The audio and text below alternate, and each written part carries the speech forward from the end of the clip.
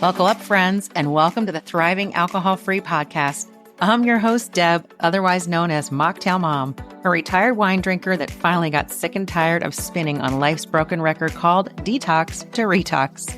Let this podcast be an encouragement to you if alcohol is maybe a form of self-care for you, where you find yourself dragging through the day waiting to pour another glass.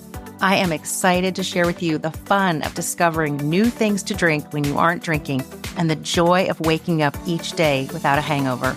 It is an honor to serve as your sober fun guide, so sit back and relax or keep doing whatever it is you're doing. This show is produced for you with love from the great state of Kentucky. Thanks so much for being here, and big time cheers. Okay, you guys, welcome back to Thriving Alcohol-Free with Mocktail Mom. I am so excited today. I actually have a they're all special guests, but today's super special. Jesse Carrajat, he is the founder of Altum Fitness. He is the host of Sober Strength Podcast. I was actually on his podcast about a week ago when we were doing this. And it was so wonderful to meet you. And I just felt like I just made a new friend. So thank you for being so kind to me on having me on your podcast. And I am just thrilled to have you here today to share your story and the amazing work that you're doing in this space. I mean, it's just incredible. So can I read your bio? Would that be all right? Sure. But I just want to say thank you. Thank you for having me. And it's an absolute pleasure to be here. But yes, you can read my bio. Yay. We're going to have a good time. I'm so excited. Okay. Jesse Carrajat is the founder of Altum Fitness and the host of Sober Strength Podcast. He is a United States Marine Corps veteran, certified fitness trainer and health coach, and former healthcare executive. Jesse started Altum Fitness in 2023 with the mission to help people discover and maintain healthy habits to live deep, strong, and meaningful lives. He resides in Colorado with his wife, Megan, and their 3 beautiful children. You have 2 girls and a boy. Is that right? That's right. Yep, yes. We got the boy. Like 7 and under. You have little kids. Yeah, 6.5, 4.5, and 20 months on the boy. So we're in it. Is he climbing out of the crib? He's crazy. He doesn't climb out of the crib because we still have him in a sleep sack, so he can't climb out of the dang crib, but he would if he were in a sleep sack. Put the 7-year-old, put the 6.5-year-old in a sleep sack. Seriously. No, He's incredible. He's a beautiful kid, and he's given us a run for our money, but he's, we got the boy, as they say, and we actually named him Jesse James Jr. So everyone calls him JJ. JJ, you have a JJ Jr. That's so cute. Yes, a sleep sack. I need one of those. Me too. Yeah. They have those for 50-year-old women. I think they do. That's what I could ask for my birthday. I like a sleep sack. I do love my pajamas, so that's good. Okay, super. Did you expect any of this when you came on here today? All of it. That's why I'm excited to be here. This is great. This was good. We were going to get crazy. Okay, I'm actually going to crack open a Go Brewing. This is the new school sour. Deliciousness. Let's go. Let's have a great podcast. Let's have a chat. And I would love to hear about your journey of evaluating your relationship with alcohol and, kind of how you got here into this sober space and talk about sobriety. Okay. So in the bio there, when you mentioned started Altum Fitness to help people with habits and live, happier, healthier lives and things like that, it implies that I was having a need in that area myself. I mean, you jump into this space like so many of us do because, we have had some struggles or challenges, whether it's with alcohol specifically, mental health challenges more kind of broadly, but that was my story. So I won't spend too much on like the kind of the genesis of me, but get more to like why I left my, objectively speaking, successful, lucrative corporate career to take a risk to come out in this space and get healthy first and foremost, but also to help other people do that. But I grew up Irish Catholic. That may communicate some things to some people, but that means like alcohol is it kind of works its way into everything in a good way sometimes. They make like St. Paddy's Day. I have really fond memories growing up of my family being very fun, celebrating, partying, work hard, play hard type thing. But one takeaway there when I say Irish Catholic is like alcohol was introduced into my life like as early as I can remember, just through like family members drinking. But when I got into my teenage years, I can use this language now because I understand it. I didn't know it when I was a teenager, but I was in a dysfunctional household. So first and foremost, divorced parents when I was very young. And that's fairly common these days, I think. But I think one of the kind of bombs that dropped in my life when I was a sophomore in high school was my father informed me and my brother that he had AIDS.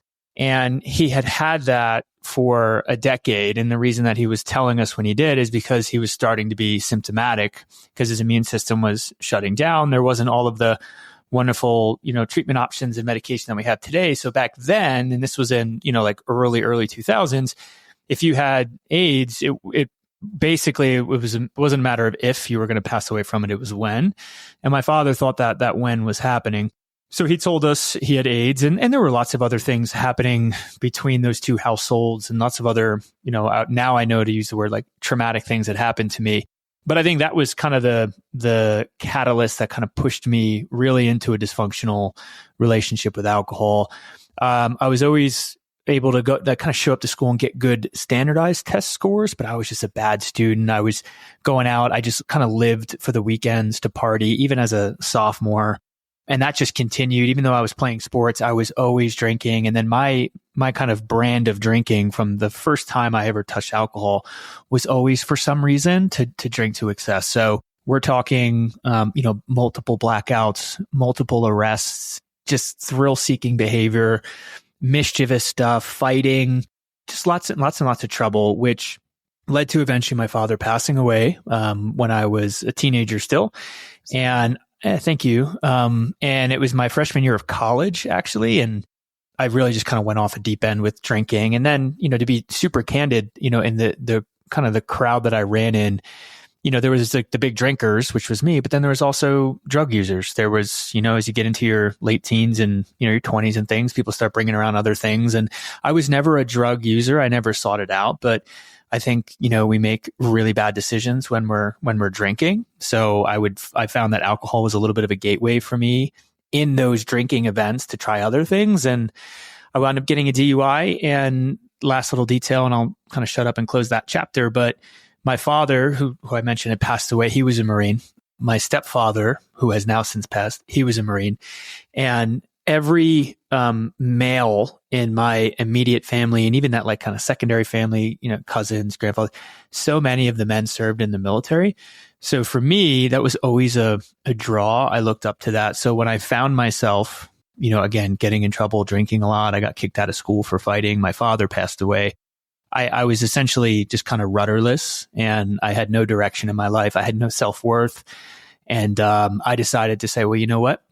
I'm going to join the Marines. I'm going to serve my country. I'm going to hopefully learn some discipline and get my act together and kind of go from there. So that was, I talk about my drinking as seasons, and really I've had 2 seasons in my life where drinking was a quote unquote problem.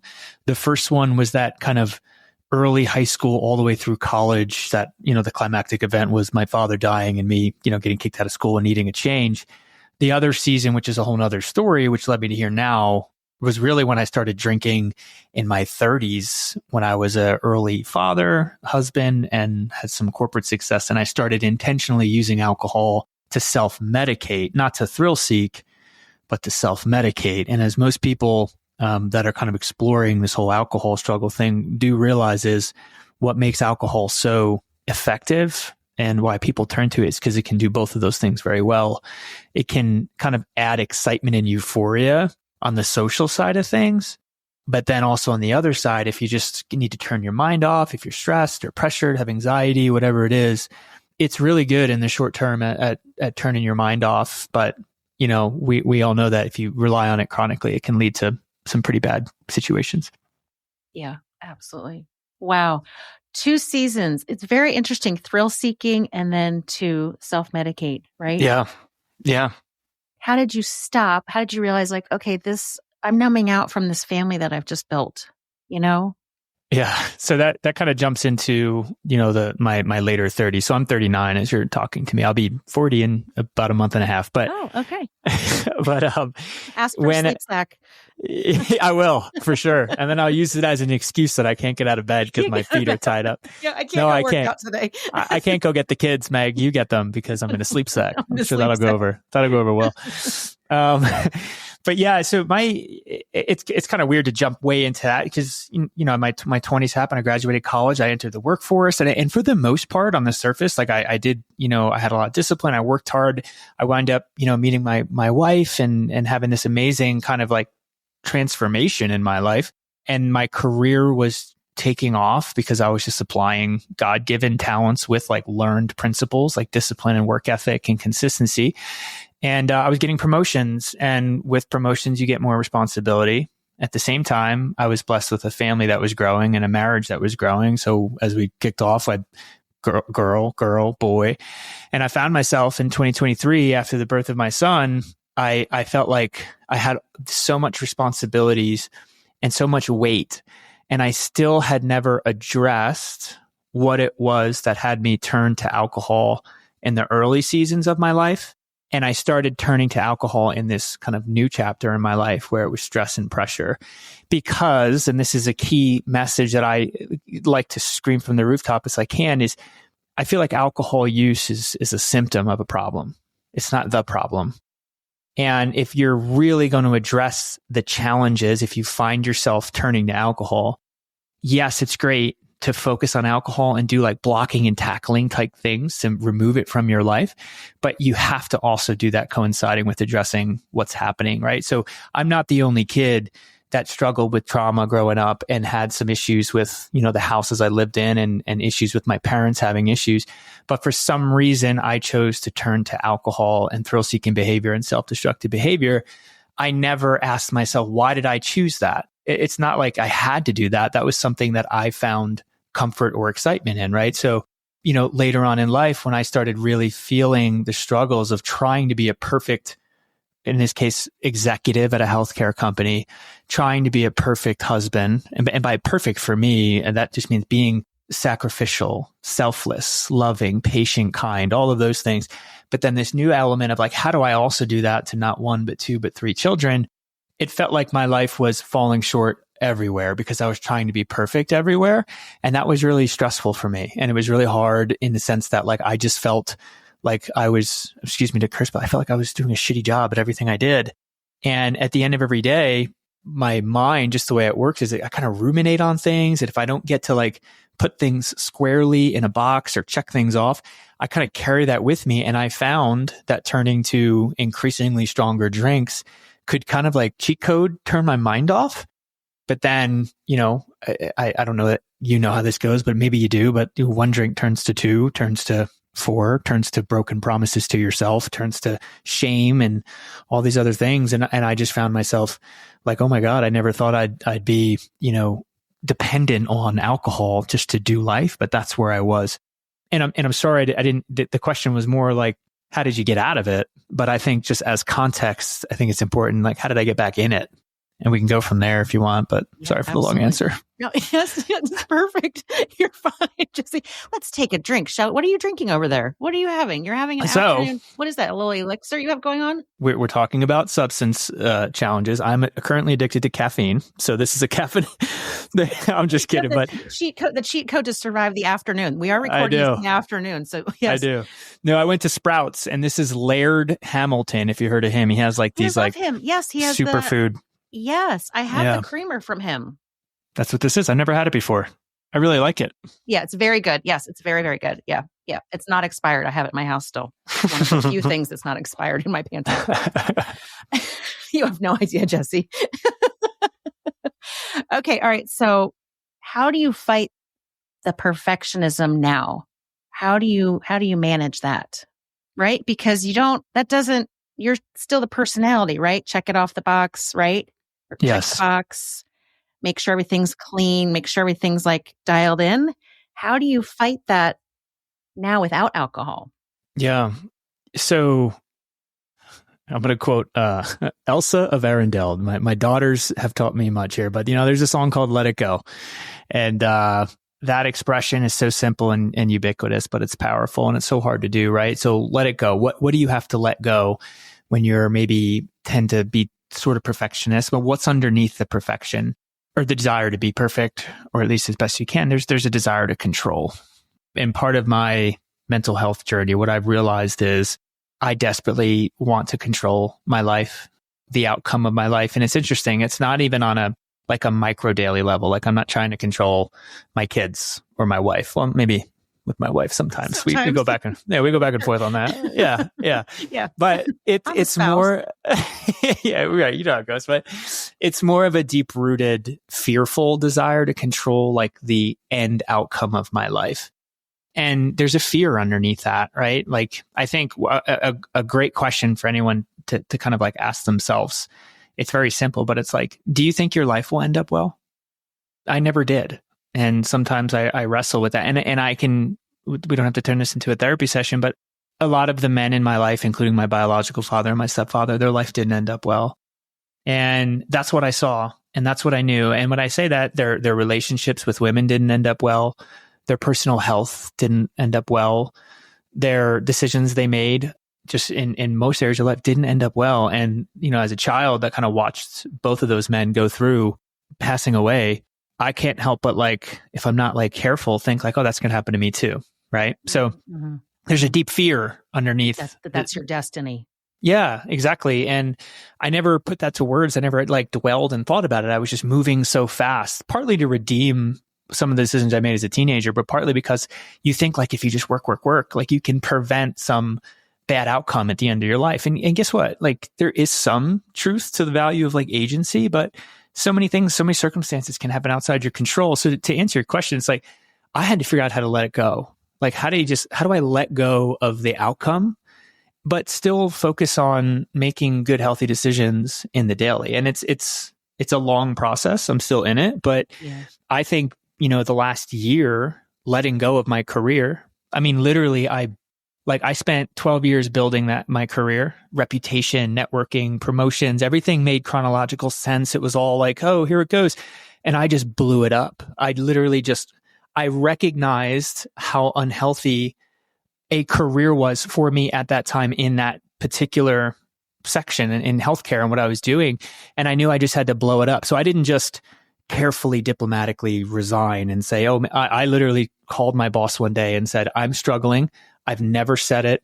I'm drinking a lot. I'm having some issues. I can't do this. I don't know when I can ever come back into a corporate career, but I just need to let go of this whole thing. And that's what I did. So I think identifying those things that you cling to so desperately for comfort, and then asking yourself if you have unhealthy relationships with those things. For me, it was ambition. And underneath that was, again, a fear of where my life was heading. So I just had to kind of blow it up. And then in this last year, starting a business and a podcast while having 3 little kids at home. I mean, little kids will teach you so much. And my kids taught me that. There's Jesse. I bet it's good. The lessons will keep coming. Sorry. Yes. But man, the two biggest things I've learned, I mean, I probably could think of 100, but one is I'm not as patient a man as I thought I was. I had work to do there. And the reason I wasn't patient is because I wanted to control my kids in every moment, in the sense that let's face it, they're little kids. Can we all just be sane? Can we all just stop having, but this whole journey for me in doing what I'm doing now has been just a lesson in control and how I need to get to a place where I don't have to have it to be healthy. Boy, but to have your own business now, right? Yeah. You have to control so much. You have to control all of it. Yeah. And what's interesting about that? We'll focus on the podcast. For the first 6 months, I launched the podcast on Veterans Day of 2023. For the first 6 months, I wasn't heeding the advice that I just gave. Let it go. I was trying, I have to publish an episode every week and I have to do this many social media posts. And I kind of learned, and then I was executing, just doing the same thing that I was doing in a corporate career. And the growth of the show was disturbingly slow, because there's so many great minds out there in this space. Yep. The moment I just said, you know what, I'm going to talk about topics that matter to me, and I'm going to have people on my show that I think are cool. And if people download it, that's fine. If they don't, that's fine too. This show has taken off. I mean, yesterday, actually, Spotify just sent me, it's really cool when they do this, but it said, congratulations, your show's the 24th health and fitness show in the country. Shut up. Yeah, Deb, 4 months ago, it was probably the 4,977th show in the country. But the moment I kind of let it go and said, I'm doing this for a good reason, let's just have great conversations. It probably comes through when I talk to people, but that's when the thing started to take off. So God's just showing me all these lessons. And this is another one. He's like, just let it go. Trust me and you'll be fine. Trust me. And I see the verse behind you that you have there on the wall. When you go through deep waters, I will be with you. Boy, it gives me chills to even read that out loud. And he is, right? He is with us in those very hard times, and that we can give everything over. We can give it over to him. And it's like, okay, he has given you such wonderful talents, right? And gifts, and just use those. And he is just delighting in the work that you're doing. So hey, amen. That's right. Amazing. It's amazing. Yeah. I'm so excited. Congratulations. Thank you. That's huge. You got an email from Spotify. Well, Spotify, when you log in to check your, yeah, they don't well, email they didn't, I misspoke. They didn't email me. When you log into like your dashboard, they'll send you notifications. I logged in, it was like, congratulations, you're 24th in the country. I'm like, oh my God. Oh my gosh. That's so incredible. That's so incredible. And most exciting is that it's just authentically happening because you're just loving what you're doing. Yeah. Loving it. Amen. Okay, as you guys know, I love Gießen 0% wines. Their Sauvignon Blanc is my go-to on a regular basis. They recently launched a delicious Sparkling Brut 0%, which is quickly becoming a fan favorite. I am so proud to have Gießen as the exclusive non-alcoholic wine sponsor of the Thriving Alcohol-Free podcast. Gießen 0% wines are created through the magic of advanced spinning cone technology to remove the alcohol from their full-leaded wines. The award-winning winemaker Duncan Schuler and his team have done wonders in Marlborough, New Zealand by creating an entire family of 0% wines with all the flavor and deliciousness you expect from traditional, quote, full-leaded wine. Their non-alcoholic wines maintain the aroma in the body to create a low-calorie wine that never contains more than 0.5 ABV. Globally available, look for Gießen 0% wines wherever you shop for your non-alcoholic options. Their family of alcohol-free wines include the most effervescent member of the family, the Sparkling Brut 0%, which is absolutely delicious for any celebration. My personal favorite, although I do love them all, is the Sauvignon Blanc, coming in at only 100 calories for the entire bottle. And not to be missed, the other members of their 0% family, the Riesling, the Premium Red Blend, the Rosé, the Pinot Gris. With Gießen 0% wines, there's a de-alcoholized wine for everyone and every occasion. Give Gießen a try and let me know how much you love it. And if you want to meet their winemaker, go back to episode 33 of the podcast where Duncan Schuler joined me to share about the Gießen story. Well, thank you for your service. I love that you launched the show on Veterans Day. Can you talk a little bit maybe about like mental health for veterans and maybe how I did not serve, but have such high respect for our military and for veterans. So what ways can we support those who are in the military and veterans? Yeah. So I think a statistic kind of helps on the veteran side, just to tie it to mental health, like you're kind of asking. But I think most of us just kind of assume and maybe even just know implicitly that mental health challenges are much more frequent, or should I say common, in certain communities, and communities like first responders. And first responders it might be broader than most people think. I mean, yes, it's EMTs, firemen, police officers, but also even like, the staff at a hospital, nurses, administrators at hospitals, even some people consider teachers to be first responders because of how like frontline they are. But I think most of us just understand that mental health challenges are common in those communities. And then because so many people cope with mental health challenges with substances, substance use disorders are very common in those communities. So I think how we can help those people, if you know a fireman, a police officer, a nurse, don't just assume that they're doing okay. I think another common, I'd say, unfortunate occurrence in those communities is because they're looked at to be so courageous and strong, they don't want to admit when they're having challenges. It almost feels like it kind of lets people down or breaks that kind of image of that kind of bold, courageous first responder, if you will. So you asked about veterans, but just broadening that out, I say if you have a veteran or a first responder or someone in your life that's maybe exposed to trauma at a much more, I would say, daily, frequent basis, just reach out and don't just say, how you doing? Like if you have that close a relationship, be like, no, really, how are you doing? Because I think I had a guest on the show that sometimes people say things that stick with you, but connection is protection, right? Connection to people can protect you and can just make you feel better and make better choices. So I think just engaging with those people is a good first thing to do, because especially if you think about veterans, and then if you want to drill down deeper now, a bias will come out of me right now. But when you think about the armed forces, I think people apply a particular type of brand to like a Marine. It's usually like excuse my French again, but like a badass. Like I was going to say, yeah. You're not going to mess around. This is a badass, right? Yeah, exactly. Yes. Yeah. Well, guess what? That's not always the case, right? I mean, those guys and gals can have weaknesses and blind spots, and they can use substances and stuff. So don't assume people are strong just because of their title or their role, and maybe put some effort in to check in with those people in your life and see how they're doing. Cause you might be surprised what you find. Yeah. And I think just the way you said, like, how you doing versus like, how are you doing? Yeah. There's a big difference, right? Same words, but really checking, checking. And it's not it's not a text, right? It's a phone call, or maybe you see him somewhere and like corner him real quick. I'm like, hey, how's it going? How is it out there? Cause it seems like it could be tough, and go from there, follow your heart. But I think everyone needs help sometimes. Absolutely. Absolutely. Yeah, for sure. What have you enjoyed about Altum Fitness? What got you to start this? Yeah.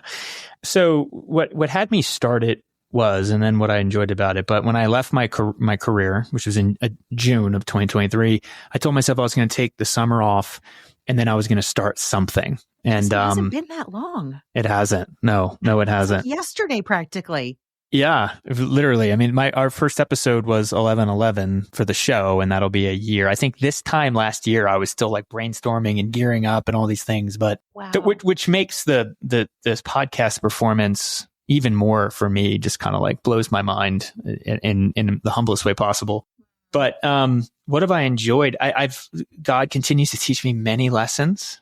There's been so many times, even in the past year, where I was so convicted on something. It could be just like a slogan or a tagline, or it could be where I thought, I was going to see growth in different areas. And man, I was wrong so many times. And so I continue to be humbled, but just in the creative process.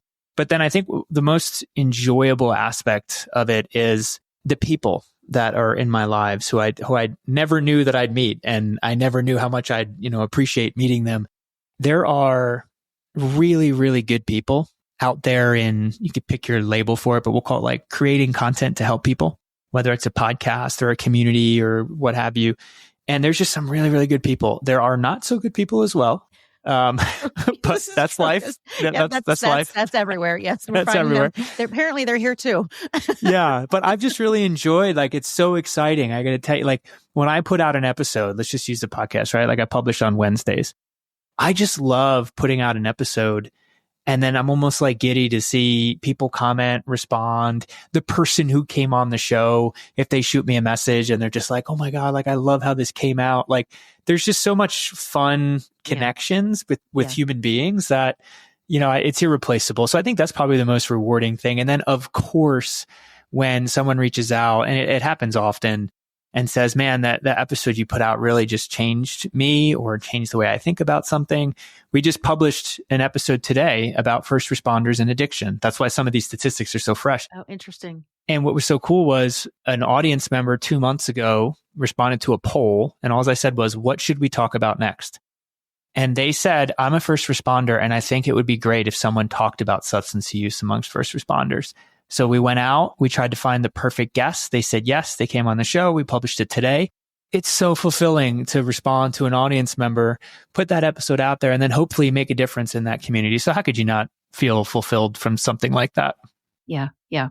It's just to have such purpose with your life and to be making such a difference and to be getting those messages. And okay, I'm so excited for today's episode that I have to share it. I have some very, very good friends I'm going to send the episode to today because one of my friends, a veteran, she's first to mind that I would love. That's awesome. To. Yeah. And I know it's something she helps many of her friends with from her unit that she just retired from, actually. Okay. Can we talk a little bit just about like using fitness to help our mental health? Yeah. Okay, so Altum is it's an app for anybody who doesn't know. Yeah, so Altum Fitness, and since you called out the verse there behind me, so Altum means deep in Latin. So the word deep, we're like, it's one thing to be surface level fit, like I was for a decade, right? Like you look muscular, you look like you train, you whatever, aesthetically you look good. But like, what's the point of that if like deep down you're struggling with emotional fitness and mental health, right? So the idea was, how could I create a company or a brand that speaks to like deeper fitness, of which substance use is a big part of, because that's my story, right? So that's kind of what Altum Fitness is. Is it an app? Yes, but also the podcast rolls up to Altum Fitness. We do have an app. Now, the app, it's a fitness app, and there's a whole bunch of amazing programs in there, but it's free for veterans. And that's really the heart behind it. I like to say, I don't know if this comes off the right way, but it's free for veterans and cheap for everybody else. Because it's not like, yes. It's not supposed to be valuable for everyone, but it's, that's great. It's free for veterans, really. Yeah, it's free. It's free for veterans. And then there's a community that whether you pay, we're kind of going around with the price for everyone else, but like $9.99 a month. If you pay that or you get in free for veterans, you both go to the community is free. So the community has some resources around habit change, like digital detox, if you're trying to cut back from social media, which is a whole nother animal, alcohol, things like that. But really it's like, if you want to get physically fit, I wanted to offer a resource there, specifically for veterans. But what I kind of care about more is the emotional fitness, the mental health, and things like that. So that's Altum Fitness. Again, podcast, app, yes, blog, just all sorts of information to help people move in a direction that's healthier, basically. Yeah. Okay. So how do we stay fit in this digital world? How do we maintain our sanity when this phone is attached to our hand, practically super glued, right? Like how do you keep your mental health when we're being bombarded with messages, DMs or whatever it is, constantly? How do you set boundaries? So whenever you're trying to change a habit, yes, there can be things that are specific to the habit that you're trying to change.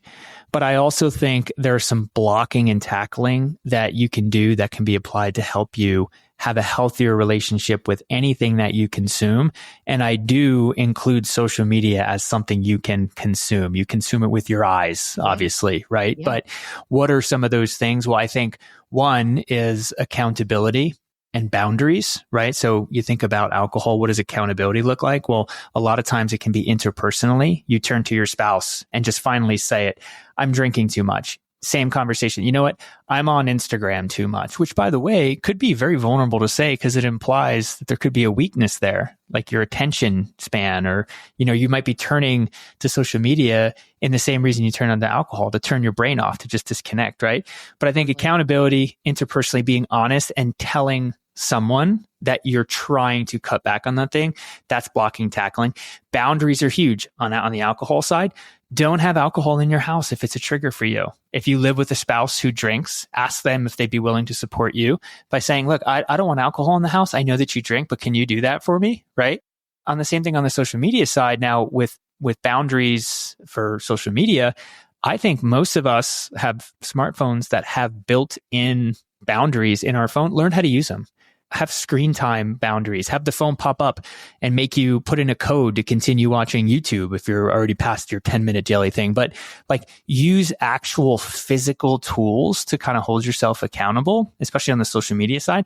I find like a really good hack for me on the technology side. This might sound silly to you, but I have, it's literally a jar that says coffee on it and it has a lid.